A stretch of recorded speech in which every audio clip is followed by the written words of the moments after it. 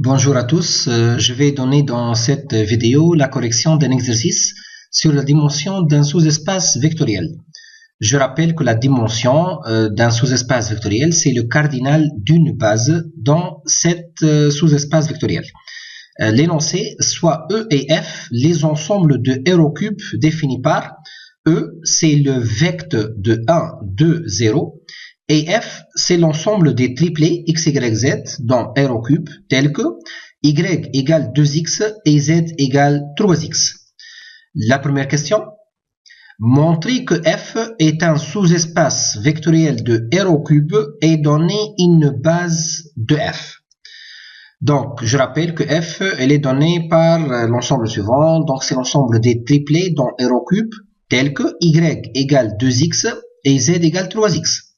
Donc, si je vais prendre un triplet x, y, z dans F, ceci équivalent à dire que y égale 2x et z égale 3x.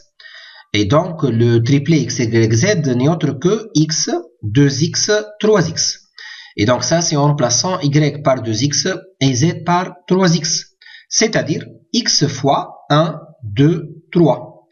Autrement dit, le f, c'est le vecteur 2, 1, 2, 3. C'est-à-dire, c'est l'ensemble de toutes les combinaisons linéaires alpha fois 1, 2, 3. Et donc, ça, c'est le vecteur, le sous-espace vectoriel engendré par le vecteur 1, 2, 3.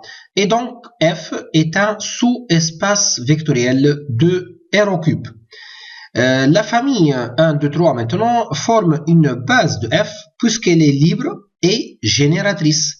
Donc, elle est génératrice par définition, puisqu'on a vecteur de cette famille égale grand F. Donc, on dit que cette famille est une famille génératrice de grand F. Et d'autre part, elle est libre parce que c'est une famille qui comporte un seul élément non nul, c'est-à-dire différent de 0, 0, 0. Et voilà. Et donc, la dimension de f égale à 1. Donc, la base de f, elle est formée par un seul triplet qui est le 1, 2, 3. Donc, la dimension de f, c'est-à-dire le cardinal d'une base de f, égale 1. La deuxième question maintenant, déterminer le sous-espace vectoriel E inter f et donner sa dimension. Donc ici, E inter f, c'est l'intersection. Donc, on va prendre un triplet qui appartient à l'intersection E inter f. Donc, je rappelle que E, elle est donnée par vecteur de 1, 2, 0, et F, c'est le vecteur de 1, 2, 3 qu'on a trouvé précédemment. Et donc, puisque x, y, z, elle est dans l'intersection, donc x, y, z, elle est dans E, et donc, elle va s'écrire sur la forme alpha fois 1, 2, 0, et x, y, z, elle est dans F, et donc, elle va s'écrire sur la forme bêta fois 1, 2, 3. Autrement dit, on va avoir l'égalité suivante. Alpha fois 1, 2, 0 égale bêta fois 1, 2, 3. Et donc, par identification, par exemple, on va avoir alpha fois 1 égale bêta fois 1, c'est-à-dire alpha égale à bêta.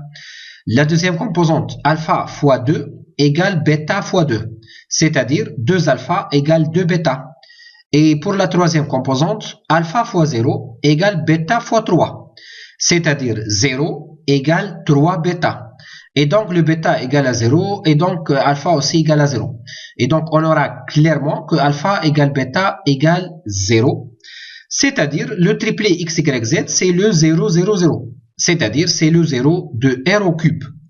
Et donc, l'intersection entre E et F égale 0 de R au cube. Et donc, la dimension de l'intersection égale 0. Donc ça, vous connaissez que la dimension du singleton 0 égale 0. La troisième question maintenant, déterminer le sous-espace vectoriel E plus F et donner sa dimension. Donc ici, on va parler de la somme de deux sous-espaces vectoriels. Et vous connaissez, si E est un sous-espace vectoriel et F est un sous-espace vectoriel, alors E plus F, c'est-à-dire la somme, est aussi un sous-espace vectoriel de R au cube. Donc le E plus F, on va remplacer E et F par leur valeur. Donc, le E, c'est le vecteur de 1, 2, 0. Et le F, c'est le vecteur de 1, 2, 3. Et donc, E plus F, c'est le vecteur de 1, 2, 0 plus vecteur de 1, 2, 3. Mais ça, c'est le vecteur de la famille 1, 2, 0 1, 2, 3. C'est-à-dire vecteurs de la famille formés par les deux triplets 1, 2, 0 et 1, 2, 3. Et donc la famille 1, 2, 0, 1, 2, 3 est une famille génératrice et elle est clairement libre. Donc on peut montrer qu'elle est libre facilement parce que les deux vecteurs 1, 2, 0 et 1, 2, 3 sont indépendants, ou bien on dit ils sont non collinéaires. Et donc la famille elle est libre et elle est génératrice. Et donc ça sera en fait une base de E plus F. Et donc, la dimension de E plus F égale le cardinal de cette base, c'est-à-dire 2, puisqu'on a déjà deux triplés dans cette base, qui sont le 1, 2, 0 et le 1, 2, 3. Finalement, la question 4. Les sous-espaces vectoriels E et F sont-ils supplémentaires? Donc, si E et F sont supplémentaires dans R au cube, alors on doit avoir l'égalité suivante. C'est-à-dire, on doit avoir dimension de E plus dimension de F égale dimension de R au cube, qui est égale à 3. Mais, je rappelle que E, c'est le vecteur de 1, 2, 0. Et donc, la dimension de E est égale à 1. Et la dimension de F, on a calculé ça précédemment, égale à 1 aussi. Et donc, en faisant la somme, on va avoir 2. Et donc, vous voyez bien que la dimension de E plus dimension de F, elle est différente de la dimension de R au cube. Et donc, E et F ne sont pas supplémentaires dans R au cube. Voilà, ça c'est une première méthode. On peut aussi raisonner par une autre méthode. Si E et F sont supplémentaires dans R au cube, alors on doit avoir E plus F égale R au cube. Parce que supplémentaire dans R au cube, c'est-à-dire on doit avoir l'intersection égale singleton 0, qui est déjà le cas. On a déjà trouvé que l'intersection égale singleton 0. Et il faut avoir la somme E plus F égale R au cube. C'est-à-dire, en passant à la dimension, on doit avoir dimension de E plus F égale la dimension de R au cube, qui est égale à 3. Or, la dimension de E plus F égale à 2. Donc, on a trouvé ça dans les questions précédentes.